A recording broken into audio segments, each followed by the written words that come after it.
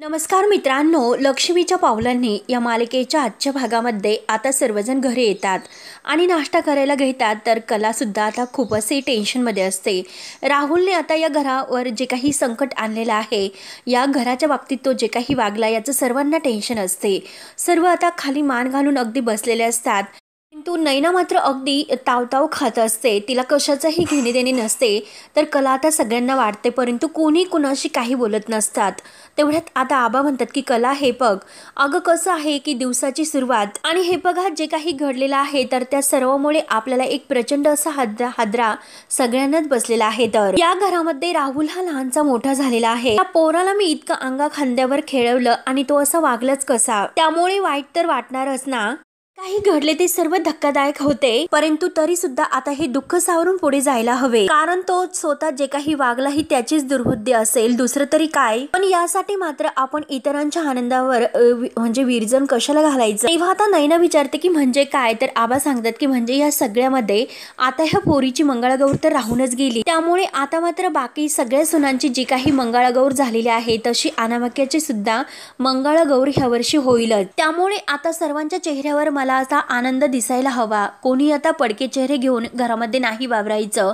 राहुलचा विषय या घरातून काढून टाकायचा. तेव्हा आता रोहिणीला फारसा राग येत असतो आणि नैनाला सुद्धा. तेव्हा आता रोहिणी रागानेच अगदी तडक आतमध्ये निघून जाते. रजनी तिला आवाज देते की वंश आहो थांबा, परंतु रोहिणी कुणाचं ऐकून न घेता निघून जाते.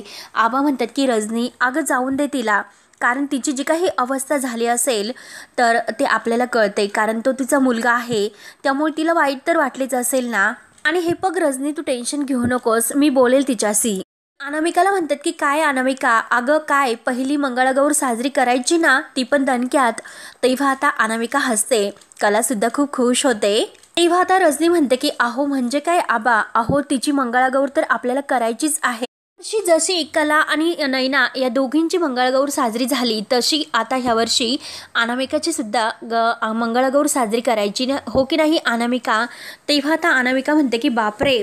तेव्हा आता रजनी म्हणते की अगं बापरे काय, अगं धमाल करायची, खूप मस्त अगदी मजा करायची, मंगळागौर साजरी तर करायचीच. तेव्हा आता सरोज सुद्धा खूप खुशच असते. तेव्हा आता सरोज म्हणते की हो, घरातील असो किंवा सार्वजनिक ठिकाणी असो, कुठेही असो, परंतु मंगळागौर ही खेळता आलीच पाहिजे. आणि हे जे काही खेळ आहे तर ते उत्तम निभावणारी स्त्री ही स्वतःचं घर, स्वतःची माणसं आणि स्वतःचं अस्तित्व याची उत्तम अशी सांगड घालू शकते. उगाच नाही पूर्व परंपरेने हे सर्व गोष्टी साजरी होतात. तर कला बिचारी अगदी खुश होऊन हे सर्व ऐकते, परंतु अनामिकाला अगदी तिचा चेहरा लगेच अगदा पडतो. सरोज म्हणते की ह्या काही अगदी ओल्ड फॅशन नाही, हे जे काही आहे ना, तर त्यामागे काही ना काही एक असा म्हणजे अर्थ दडलेला असतो. त्यावर त्या रजनी तर खुश होऊन म्हणते की हो अगदी बरोबर आहे, आणि एकत्र येऊन धमाल करण्यासाठी कुठलाही दिवस हा चांगलाच असतो. तर आणि आबा अहो तुम्हाला आठवते का, माझ्या मंगळागौरीच्या वेळेस माईंनी आणि सरोज वहिनींनी किती मस्त फुगडी घातली होती, तर तुम्हाला माहिती आहे ना त्यांची फुगडी किती वेळ रंगली होती. तर आबा सुद्धा खुश होऊन सांगतात की हो, या दोघींचा जिम्मा सुद्धा अगदी बराच वेळ झाला होता, त्यांचे तर अगदी फोटो सुद्धा माझ्याकडे आहे. तर आता सरोज खुश होऊन म्हणते की हो आबा, हे सर्व मला अगदी काल परवा घडल्यासारखंच आठवते. आणि आबा अहो तुम्हाला आठवते का, रजनीच्या गृहप्रवेशाच्या वेळेस आता ही जी काही रेडिओमध्ये काम करणारी मुलगी, आणि नेमकं हिला जो काही उखाणा घ्यायचा होता तो सुचेनासा झाला. तेव्हा आता रजनी म्हणते की वहिनी अहो काय हे, अहो कसे झाले की तेव्हा माझी पहिलीच वेळ होती उखाणा घेण्याची, म्हणून हे सर्व असे झाले. तर आणि बरं झालं त्यावेळेस माईंनी पटकन माझ्या कानामध्ये उखाणा सांगितला होता. तेव्हा आता सरोजला छान प्रकारे हसू येतं आणि कला सुद्धा आता हे सर्व ऐकत असते. कलाला सुद्धा आता हसू येते. तर तेव्हा आता सरोज म्हणते की खरंच ना, असे जे काही प्रसंग येतात, सण येतात, अशा वेळेस माईंची फारशी आठवण येते. तर माईंची आणि माझी कायम अशी पार्टनरशिप असायची मंगळागौरीच्या कार्यक्रमात. तेव्हा आता लगेच रजनी म्हणते की हो ना, खरं आहे. तर माई खरंच किती सुंदर दिसत होत्या. त्यांचं ते अगदी असं मस्त ते लुगडं, नाकामध्ये मोत्यांची नथ आणि कपाळी ती कुंकू, सगळं काही अगदी त्यांना शोभून दिसत होते. म्हणून आता प्रत्येकाला माईंची आठवण होते. आबांना तर फारच माईंची आठवण येते. सरोज जे काही बोलत आहे ते अगदी प्रेमाने बोलते. हे बघून कलाला तर आनंद होतोच. ती आता सरोजबद्दल मनात विचार करते की सरोज मॅडमचं आज मात्र हे एक वेगळंच रूप आपल्यासमोर दिसते. म्हणजे काहीतरी वेगळंच वाटतं. त्या वरवर पाहता तर अगदी शिस्तबद्ध आहे, परंतु अगदी आतमधून प्रेमळ आणि अगदी म्हणजे असे खास आहेत. आणि चांदेकरमध्ये सुद्धा त्यांचा हा गुण अगदी ठासून आलेला आहे. तर अगदी सेम टू सेम. आता सरोजला आठवण होते तिला मीटिंगला जायचे आहे, म्हणून ती आता म्हणते की आबा अहो खरंच बोलता बोलता वेळ कधी निघून गेला माहिती नाही आणि मला तर आता मीटिंगला सुद्धा जायचे होते. तेव्हा आता लगेच सरोज ही मीटिंगला निघून जाते. तेव्हा सरोज तर निघून जाते, परंतु आबा लगेच आता जो मंगळागौरीच्या कार्यक्रमाबद्दल पेपरामध्ये बातमी आलेली असते तो उत्सवाबद्दल आता त्यांना ती बातमी वाचतात. आबा त्यांना ते दाखवतात. तर रजनी म्हणते की बघू बघू, म्हणून ती आबांच्या हातातील तो पेपर घेते आणि त्या दोघी आता वाचतात. कला आणि रजनी या दोघींना फारच असा आनंद होतो, परंतु अनामिकेचे तोंड काही जरा थोडंसं वाकडे होते. तिला आता हे सर्व काही आवडत नसते.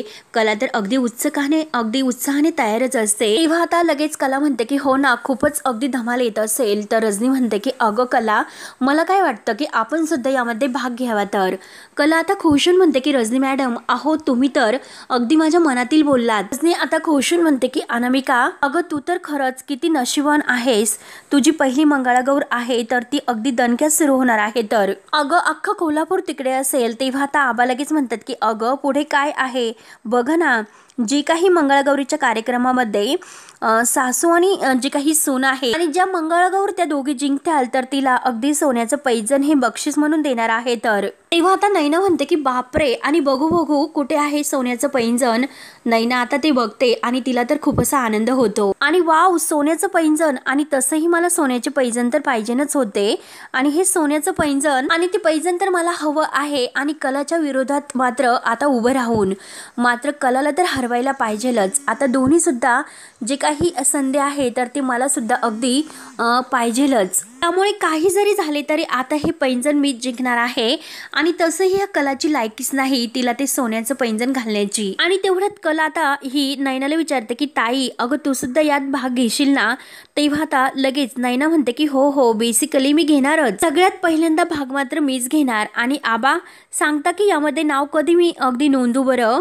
तेव्हा मात्र आबा खुश होतात. आबा खुशून विचारतात की नैना अगं तुझं जे काही ह्या पारंपरिक अगदी स्पर्धा आहे त्यामध्ये सुद्धा भाग घेण्यासाठी तुला इतका उत्साह, अगदी आनंदाने तू हे सर्व विचारते, खरंच मला बरं वाटलं. तेव्हा नैनाचा तो उत्साह पाहून सर्वांना तर खूप असा आनंद होतो. तर आबा खुशून म्हणतात की म्हणजे मला तर असं वाटतं की मंगळागौरच पावली असं म्हणायचं. तेव्हा अनामिका मात्र शांत असते. तर आबा विचारतात की अनामिका अगं काय ग पोरी, तुला काय झालं, तू काय इतका म्हणजे शांत आहेस, तुला हा सर्व स्पर्धा वगैरे मंगळागौरीचा कार्यक्रम वगैरे नाही आवडत का. त्यावर आता अनामिका म्हणते की नाही आबा अहो ह्या सगळ्या सणांची मला माहिती नाही, कारण मंगळागौरीचे खेळ कसे खेळले जातात त्याबद्दल सुद्धा मला माहिती नाही, त्यामुळे जरा मी मागेच आहे. म्हणजे हे बघा आबा मला आपल्या संस्कृतीबद्दल रिस्पेक्ट आहे हे नक्कीच, त्यामुळे हे बघा मला तर हे मंगळागौरीचे खेळ नाही खेळता येत, मग त्यामुळे मी भाग घेऊन काय करू बरं. त्यावर मात्र रजनी म्हणते की अगं तू असं का म्हणतेस, हे बघ अगं एकदा की खेळ खेळायला सुरुवात केली तर दरवर्षी मात्र तू अगदी उत्साहाने हे सर्व खेळ खेळशील आणि दरवर्षी मंगळागौर कधी येईल याची तू अगदी आनंदाने वाट बघत राहशील. आणि हे बघ अगं त्यात काही कठीण नसतं, जे काही खेळ आहे ना ते खेळ मी तुला शिकवेल, तू नको इतकं टेन्शन घेऊ. तेव्हा आता अनामिका मात्र अगदी ही नाटक करते हसण्याचं वगैरे आणि ती खूप खुश आहे असं दाखवते. तेव्हा आता कला खुशून म्हणते की हो बरं मी आता आईला हे सर्व कळवते आणि आता आईला जर कळाले तर तेथे मंगळागौरीची स्पर्धा आहे तर आई लगेच खुश होईल आणि लगेच तिकडे तयार होऊन येईलच. तेव्हा मात्र आबा तर खूपच भलतेच खुश असतात आणि मंगळागौरीची स्पर्धा म्हणजे आमच्या चांदेकरांचा वेगळाच असा उत्साह, म्हणून आबा लगेच आनंदाने अगदी उड्या मारत असतात. त्यानंतर आता इकडे काजल ही बसलेली असते आणि ती संगीताला आवाज देत म्हणते की खरे बाई अहो खूप असा कंटाळा आला, चहा तरी द्या एकदा. तेव्हा आता संगीता म्हणते की हो हो आणते आणते, अगदी कंटाळा आलेला आहे की सकाळी सकाळी 30 कामं. आणि तेवढ्यात मात्र आता हे दिनकर सुद्धा तेथेच असतो. उठल्या 30 कामं करायची, सकाळी सकाळी 30 तोंड बघायची, म्हणून संगीताची अगदी आता बडबड सुरू असते। असं वाटतं की आयुष्यामध्ये काहीतरी असं दणक्यात घडायला पाहिजे, अशी काहीतरी मज्जा यायला पाहिजे, आणि कसली मज्जा आणि कशी काय, काहीच मज्जा येत नाही। सकाळी सकाळी उठून मात्र यांची अशी तोंड बघावी लागतात। तेव्हा आता दिनकर संगीताची ही जी काही बडबड सुरू आहे ती बघून मात्र आता दिनकर विचारतो की काजल, अगं काय झालं, सकाळी सकाळी तुझी आई ही कसली बडबड करतेस ग? तेव्हा आता काजल म्हणते की काही नाही, आणि तेवढ्यात काजल सुद्धा आता मात्र जो काही तो मंगळागौरीचा विशेष म्हणजे जी काही जाहिरात आहे स्पर्धेबद्दल, तर तेवढ्यात तिचं लक्ष जाते आणि बघते। तेवढ्यात लगेच ती आता खरेबाईला आवाज देते की खरेबाई लवकर इकडे या।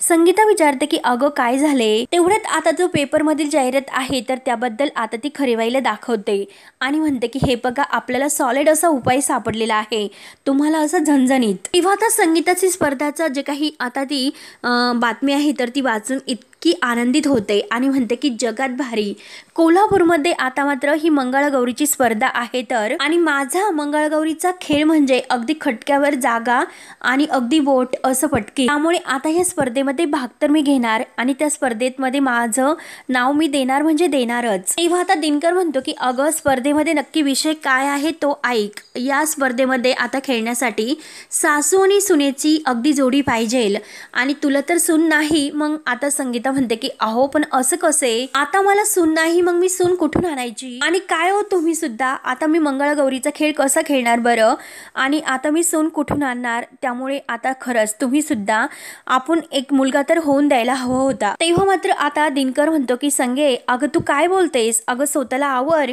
काही पण बोलतेस। तेव्हा आता काजलला सुद्धा खूप हसू येते। तर संगीता म्हणते की अहो आपल्याला जर एक पोरग असतं तर सून सुद्धा आली असती ना, आणि हे बघा मी सुद्धा मंगळागौरीचे हे खेळ खेळायला गेले असते ना, परंतु काय आता आपल्याला तर मुलगा नाही, त्यामुळे आता काय करायचे। तेव्हा आता संगीताला खूप हसायला येते। तर संगीताच्या डोक्यात एक प्लॅन येतो, ती लगेच म्हणते की अहो हे बघा मला एक आयडिया आली, कारण आपल्याला एक आता मुलगा पाहिजे होता ना। तेव्हा आता लगेच संगीता थोडीशी लाजते। तर दिनकर म्हणतो की अगं काय बोलते संगे तू, अगं लेकींचे जे काही मुलं आहे तर ते अंगा खांद्यावर खेळण्याची वेळ आलेली आहे, आणि तू आता हे मुलाचा विचार करते। आता जे काही संगीता बोलते तर दिनकर तिला आता हे सर्व बोलतो, तर काजलला आता यांच्या बोलण्याचं हसू येत असते। आणि तेवढ्यात आता कलाचा फोन येतो। तेव्हा आता संगीता म्हणते की बघा तरी अहो कुणाचा फोन आहे, आणि तेवढ्यात कलाचा फोन बघून आता त्यांना खूप आनंद होतो, कलीचा फोन आला म्हणून। तेव्हा संगीता घाईने मोबाईल आपल्या हातात घेते आणि कला अगदी कलाशी बोलायला अगदी उत्साहाने तयार होते। तेव्हा हॅलो हॅलो करत असते। तर कला म्हणते की आई अगं आजच्या जे काही पेपरामध्ये एक मोठी जाहिरात होती ती बघितलीस का तू, मंगळागौरी स्पर्धेची? तेव्हा आता संगीता म्हणते की हो अगं मी जाहिरात तर बघितली, परंतु अगं मी मंगळागौरीच्या ह्या स्पर्धेमध्ये कसा भाग घेणार, मला कुठे मुलगा आहे आणि सून आहे तर। त्यावर आता कला म्हणते की आई अगं आम्ही घरातील सर्वजणी बायका मात्र त्या स्पर्धेमध्ये भाग घेणार आहोत तर। तेव्हा संगीता म्हणते की हो ना अगं कला, तुला तर खूप कामं असतील, त्यामुळे मी एक काम करू का, काजलला तुझ्या मदतीला पाठवत येते। आणि आता संगीता फोनवर बोलता बोलता काजलला म्हणते की हे बघ तुला तिकडे कलाताईच्या मदतीला जावे लागेल, आणि एक गोष्ट काजल लक्षात ठेवायची, त्यांच्या घरात आत जायचे नाही, काही असेल सर्व काही काम करायचे तर ते घराच्या बाहेर। तेव्हा आता कला म्हणते की ठीक आहे तू गुंड्या नक्की ये, मी तुला लिस्ट पाठवते, आणि आई तू सुद्धा नक्की ये, आणि संगीताला सुद्धा तिकडे बोलावलेले आहे। हे ऐकल्यानंतर संगीताला खूप आनंद होतो। संगीता म्हणते की हो हो लगेच येते, आपण खूप अशी धमाल आणि मज्जा करूयात, मंगळागौरीचा खेळ म्हणजे माझ्या खूप आवडीचा, म्हणून संगीताला खूप असा आनंद होतो। आणि आता कला फोन ठेवते। संगीता अगदी आनंदाने उड्या मारायला सुरुवात करते आणि हातामध्ये लाटणं घेते, आणि अगदी ती मंगळागौरीचे खेळ जसे खेळतात तसे आनंदाने तेथेच उड्या मारत असते आणि नाचत असते की लाट्या बाई लाट्या। तेव्हा दिनकर आणि काजलला तर खूप हसायला येते। तेवढ्यात दिनकर म्हणतो की काजल अगं हे प्रकरण तर खूप आता अवघडच झालेलं आहे। तर संगीता अगदी वेड्यासारखी तेथेच नाचत असते। तर आता इकडे कला सुद्धा संगीताचा तो आनंद बघून आता म्हणते की खरंच बिचारी आई, तिला सून नाही म्हणून किती हिरमुसली, परंतु आता मात्र ती खुश असेल। आणि तेवढ्यात आता कलाच्या डोक्यामध्ये एक असा विचार येतो, कारण आता कलाला टेन्शन येते, आपण जरी या कार्यक्रमासाठी तयार झालेला आहोत परंतु सरोज मॅडम आता माझ्याबरोबर या स्पर्धेमध्ये भाग घेण्यासाठी तयार असतील का, त्या घेतील का भाग माझ्याबरोबर? नक्की आता काय असेल हे मात्र आता कला विचार करत असते। आता हे मात्र अगदी काढून घेण्यासाठी चांदेकरलाच मला विचारावं लागेल, म्हणून ती लगेच आता अद्वैतला फोन करते। अद्वैत तर खुशून गाडी चालवत चालवत आता कलाचा फोन घेतो आणि बोला खरे असं म्हणतो। तेव्हा आता कला ही अगदी खुश असते आणि ती म्हणते की अरे चांदेकर ऐक ना, अरे एक खूप मोठी अशी मंगळागौरीची स्पर्धा होती, त्या स्पर्धेमध्ये सासू सुनांनी आता ह्या कार्यक्रमासाठी भाग घ्यायचा आहे, तर मग सरोज मॅडम माझ्यासोबत भाग घेतील करे? त्यावर आता अद्वैतला हसू येते। अद्वैत म्हणतो की आई अगं खरे आईला हे असं स्पर्धा वगैरे काही आवडत नाही, मला नाही वाटत की ती यात भाग घेईल म्हणून। तर कला म्हणते की हो अरे मला सुद्धा माहिती आहे की त्यांना हे सर्व नाही आवडत, परंतु हे बघ अरे मला सुद्धा असं वाटतं की त्यांनी या सगळ्यामध्ये भाग घ्यावा। तर आता अद्वैत हसतो आणि म्हणतो की अगं हे शक्यच होणार नाही, अशक्य आहे। त्यावर आता कला विचारते की अरे अशक्य त्यात काय आहे इतकं? अरे त्यांना हे सर्व जमेल। तर आता अद्वैत म्हणतो की अगं हे बघ ती माझी आई आहे आणि हे बघ ती तसं काही पण करू शकते, मात्र ह्या गोष्टीमध्ये तू वेळ वाया घालू नकोस, ती असलं काही करणार नाही। तेव्हा आता लगेच कला म्हणते की अरे चांदेकर तू उगाच नकार देऊ नकोस, नकाराची घंटा तू वाजूच नकोस, आणि काय तर म्हणतो की माझ्याही या सगळ्यामध्ये भाग नाही घेणार तर। आणि हे बघ अरे त्या माझ्या सासूबाई आहेत आणि मला माहिती आहे की त्या आणि त्यांच्या सासूबाई अगदी एकत्र छान अशा खेळ खेळायच्यात। तेव्हा आता मला असं म्हटल्यानंतर आता अद्वैत म्हणतो की हे बघ काही पण म्हणू नकोस, असे काही नाही। तेव्हा आता कला म्हणते की अरे काही पण म्हणते तू उगाच काही आपलं। तेव्हा आता कला म्हणते की नाही अरे हे बघ उगाच नाही, कारण मला सर्व माहिती आहे, तुलाच त्याबद्दल काही माहिती नाही। तर अद्वैत म्हणतो की हे प्रत्येक गोष्टीत तू माझ्यापेक्षा शहाणी आहे हे प्रूव्ह करायला जाऊ नकोस। माझ्या घरातील जे मला माहिती नाही ते तुला कसं माहिती असणार बरं? तू तर आता नंतरच आलीस। तेव्हा आता कला म्हणते की हो तुला काही माहिती नाही, हे बघ मला माहिती आहे की त्या आणि त्यांच्या सासूबाई अगदी मंगळागौरीचे खेळ अगदी छान प्रकारे खेळायच्यात आणि ते पण अगदी उत्साहाने। हे सर्व माहिती करून घेण्यासाठी घरात लक्ष असावं लागतं। तेव्हा आता लगेच अद्वैत म्हणतो की हो हो तुझ्यासारखं नाही, माझं गरजेपुरतं माझं लक्ष नसते, माझं सतत घरी लक्ष असते, उगाच अति भुरचटपणा करू नकोस। तर आता कला म्हणते की अरे मी अति भुरचटपणा नाही करत, अरे हे बघ आता जेव्हा सगळेजण एकत्र नाश्ता करत होते तेव्हा मात्र आता आबांनी मात्र जो विषय काढला होता तर मंगळागौरीच्या ह्या कार्यक्रमाबद्दल आता आबांनी सरोज मॅडम ह्याबद्दल बोलत होते, माईंची त्यांना आठवण झाली होती। तेव्हा मी सर्व त्यांचं हे बोलणं ऐकलं आणि तेव्हाच मला हे सर्व कळाले। तर त्यावर आता अद्वैत म्हणतो की काय ग तू माझ्या फॅमिलीला अटॅक केलं का? तेव्हा आता कला म्हणते की अरे मग तू माझ्या आईला, आणि हे बघ अरे चांदेकर मी तुला कशासाठी फोन केला होता आणि हे सर्व जाऊन दे, मला सांग बरं तुम्हाला काही सुचवणार आहे का? अरे तुझा तो ग्रेट मेंदू आहे ना, त्या मेंदूमधून मला एखादी ग्रेट आयडिया दे ना प्लीज। त्यावर आता अद्वैत विचार करतो आणि म्हणतो की हे बघ सध्या तर मला काही सुचत नाहीस। तेव्हा आता कला म्हणते की बरं जाऊन दे, तू कसलं मला काय देतोस आयडिया वगैरे, मी ठेवते फोन आणि मला काहीतरी विचार करून दे, मीच विचार करते आणि ठरवते। तेव्हा आता अद्वैत म्हणतो की तू अगं जी गोष्ट मला जमत नाही ती तुला काय जमणार आहे?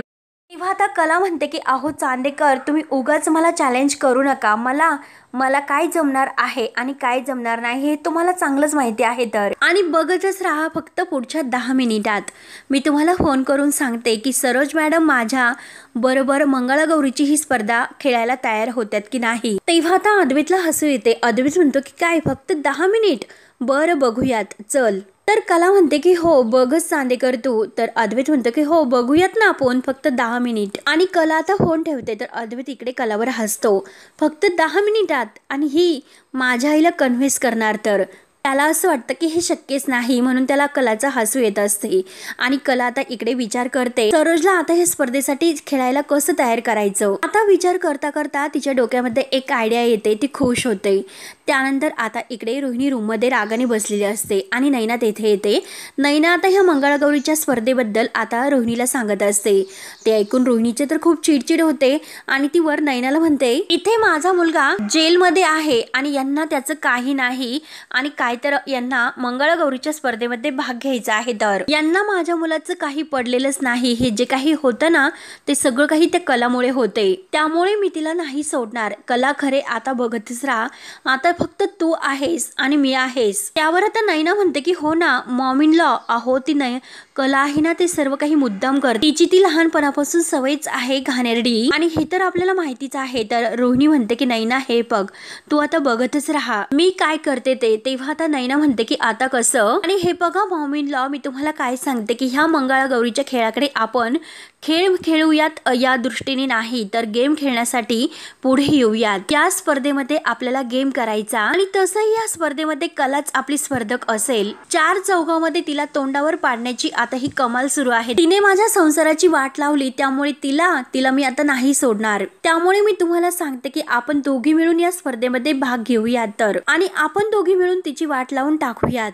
एकदा की तिची नाचक्की झाली तर ऑटोमॅटिक आता सगळ्या चांदेकरांची नाचक्की होईल तर, आणि ती पण संपूर्ण कोल्हापूर समोर. असे बोलून नैना आता खुशून बाहेर निघून जाते. तेव्हा आता नैनाचा ही जो काही प्लॅन आहे ते ऐकून रोहिणी आता स्वतःला म्हणते की नैना अगं तुझे प्लॅन तर खूप छोटे छोटे असतात परंतु माझे तसे नसतात. नुसती त्या कला खरेची नाचक्की नाही होणार तर कला खरे तुला मंगळागौर खेळायची आहे ना, मग ठीक आहे. तर आता कला हे बघ ही जी मंगळागौर असेल ना तर ती तुझ्या आयुष्यातील शेवटची मंगळागौर असेल. त्यानंतर आता इकडे सरोज ही काम करत असते आणि कला मुद्दाम आता तेथे तो पेपर्स आणि सरोज साठी चहा कॉफी वगैरे घेऊन येते. तेव्हा आता कला विचारते की सरोज मॅडम आत येऊ का, तर सरोज मॅडम म्हणते की हो ये ना आतमध्ये. कला आत येते आणि सरोजला म्हणते की सरोज मॅडम अहो मी तुमची कॉफी आणली. तर आता सरोज विचारते की तू का कॉफी आणलीस, मी अंजूला सांगितलं होतं. तेव्हा आता कला म्हणते की हो मला माहिती आहे परंतु मी स्वतःहून घेऊन आले. त्यावर आता सरोज विचारते की अगं बोल ना काय बोलायला आलेली आहे. तेव्हा आता जो काही दैनिक वार्तांकन आहे तर त्यामुळे पेपरमधील आता कोल्हापूरमध्ये जी काही आता ही जागर मंगळागौरीचा खेळ खेळणाऱ्या सुवासिनींना एक अशी ही अगदी स्पर्धेचे आकर्षण आणि ही स्पर्धा सुरू होत आहे ती जाहिरात मात्र आता ती सरोजला दाखवते. आणि याबद्दल मला तुमच्याशी बोलायचं आहे त्यासाठी मी येथे आले असं कला सांगते. आणि हे बघा मगाशी तर याच्याबद्दलच आपण चर्चा करत होतो. आणि हे बघा सरोज मॅडम अहो माझी खूप इच्छा आहे या स्पर्धेमध्ये भाग घेण्याची, परंतु आता स्पर्धेचा नियम तर तुम्हाला माहिती आहे की सासू आणि सून या स्पर्धेचा भाग घेणे त्या अगदी गरजेचं आहे. तर त्यामुळे मला असं वाटतं की आपण दोघींनी यात भाग घ्यायला हवा. तर सरोज मॅडम आता हे ऐकल्यानंतर लगेच म्हणते की सॉरी मला यामध्ये इंटरेस्ट नाही. गेल्या वर्षी मी घरची मंगळागौर होती म्हणून खेळले, नाहीतर ती पण खेळले नसते. त्यावर आता कला म्हणते की अहो पण सरोज मॅडम आजोबांची अशी इच्छा आहे की घरातील सर्व बायकांनी यामध्ये भाग घ्यावा यासाठी. तेव्हा आता सरोज म्हणते की हे बघ आबांची जर बोलायचे असेल तर मी बोलते त्यांच्याशी, परंतु हे सर्व मला नाही जमणार. तेव्हा आता कला नाराज होते तर सरोज डायरेक्ट तो पेपर तिच्या हातात देते आणि कला आता खूप नाराज होते. तर मित्रांनो आता हा भाग येथे संपतो. पुढील भागामध्ये आता हा मंगळागौरीचा जो कार्यक्रम आहे तर त्यासाठी सर्वजणी बायका तयार होतात. अद्वैत सुद्धा आता तयार होऊन आलेला असतो. अद्वैत आता कलाला म्हणतो हा कसला पसारा घालून ठेवलेला आहे. तर कला म्हणते की अरे उगाच असा आगाऊपणा करण्यापेक्षा तू माझी मदत कर चल. तर अद्वैत रागाने थोडासा म्हणतो की अति आगाऊ कुठली. आणि आता जी काही आता मंगळागौरीची कळसी आहे तर ती कळसी आता कलाही धरते. अद्वैत तिच्या हातातून ती ओढत असतो, कला तिच्याकडे ओढत असते आणि तेवढ्यात मात्र आता दोघांच्या हातातून ती कळसी आहे तर ती अगदी निसटते आणि ती मात्र अगदी लांब उडून जाणार. तोच लगेच आता ही स्पर्धेच्या ठिकाणी आलेल्या असतात आणि ती कळशी आहे तर ती झेलतात. मात्र तेवढ्यात तेथे एंट्री होते ते आदेश बांदेकर यांची. तेव्हा आता सर्वजणी खूप खुश होतात. तर आता आदेश बांदेकर म्हणतात खेळ सुरू होण्या अगोदर तुम्ही सुरू झालात. सासूबाई म्हणजे परंपरेचा आदर्श आणि सुनबाई म्हणजे नव्या गोष्टीतील उत्साह. आणि सरोज सुद्धा आता कलाबरोबर भाग घेण्यासाठी तेथे आलेली असते आणि आता ते आदेशजी म्हणतात की चला स्पर्धेला सुरुवात करूयात आपल्या पहिल्या फेरीला. आणि यात पहिली फेरी अशी असणार आहे सासूबाई आणि सुनबाई मिळून या दोघींनी मात्र व्यवस्थित अशी पूजा मांडायची आहे. तर तेव्हा आता कला आणि सरोज तयार होतात. तेव्हा मित्रांनो आता पुढे काय होईल हे बघण्यासाठी आपल्या चॅनलला नक्की सबस्क्राईब करत राहा. धन्यवाद.